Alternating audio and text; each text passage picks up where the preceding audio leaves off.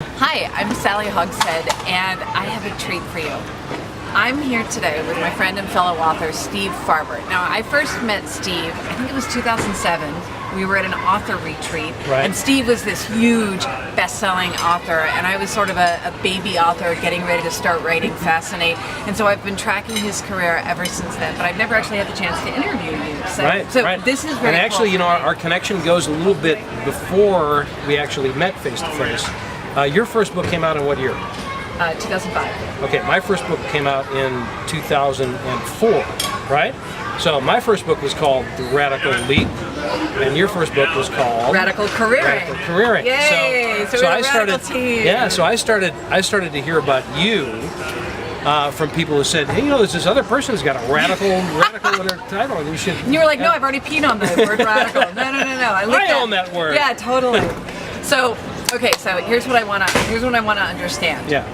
I heard a great metaphor that I need your help in being able to translate for myself and for these guys. Okay. I was talking to a radiologist. His name is Dr. Mark Herbst. He's one of the most respected radiologists in the country. And I said, I want to understand when the human brain is engaged deeply in a conversation, or in a situation when we respect somebody, we're really responding to them. For example, when we're talking to a leader, what exactly is going on in the brain? He described this as resonance. Right. He described it not only in terms of brain resonance, but also he described it as a pitchfork and how a pitchfork creates resonance with an instrument. Right. Can you describe this for me? Yeah, I can. Because you're a musician, so I am. This is kind of... And let me put it into context, because I think that's a really cool metaphor, and I tend to look at everything through the lens of leadership, right? So my expertise, my body of work, my professional life has been devoted to, for the last 20-some years, understanding what makes great leaders, what makes somebody become what I refer to as an extreme leader, right? And this idea of resonance is a really important part of that. So if you for example, take a pitchfork, right? Not a pitchfork.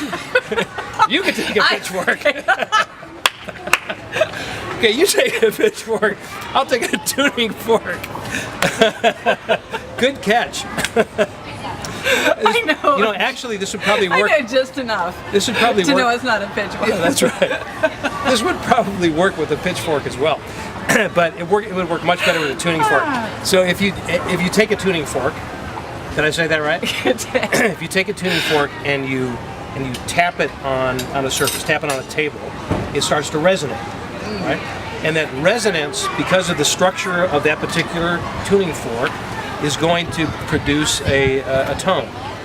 And therefore, you know, it's a tuning fork. You can use that tone to tune your instrument, guitar, violin, whatever it might be. A, B, C, D. Yeah, right. So it's going to naturally resonate on that frequency to the structure of that tuning fork. And I think human beings, again, it's a metaphor, so it's going to break down, I'm going right? with you, right? But I think human beings are very similar in that if we're being authentic, right?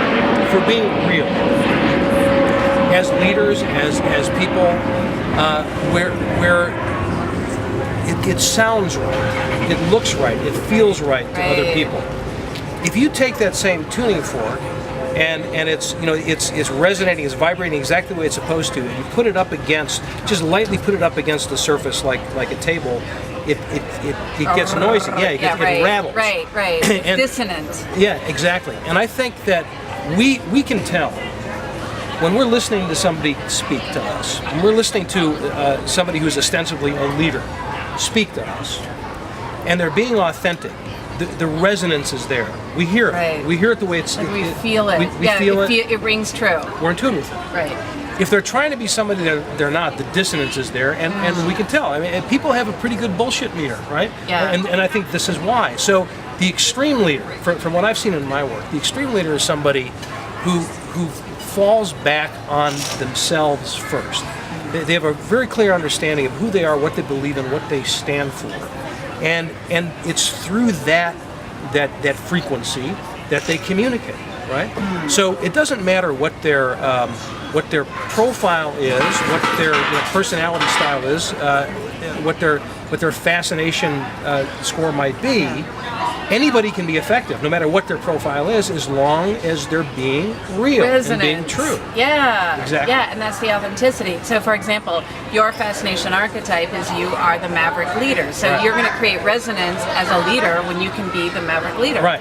Now, if people want to learn more about how to be an extreme leader, the most effective leader, then join us. Yeah. We're doing the Extreme Leadership Summit. I'm honored to be able to be not only an attendee, but I get to be a speaker too, Right. which is, I'm super excited about this. Not as excited as I am. Yay! So this is going to be yay.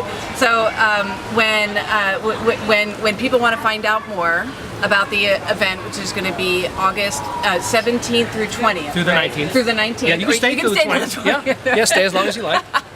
Here in San Diego. San Diego. Lovely San Diego with planes flying overhead, cars pulling in, people eating in the background, fires, forest fires. Go to extremeleadershipsummit.com. Right. You can learn about Steve Farber. You can learn about his book, The Radical Leap, which did come out before Radical Careering, so technically I copied him, I guess you would say. Nah. I'm so happy to be able to talk to you. You Thank resonate. you. Thank you, Steve. My pleasure, Sally.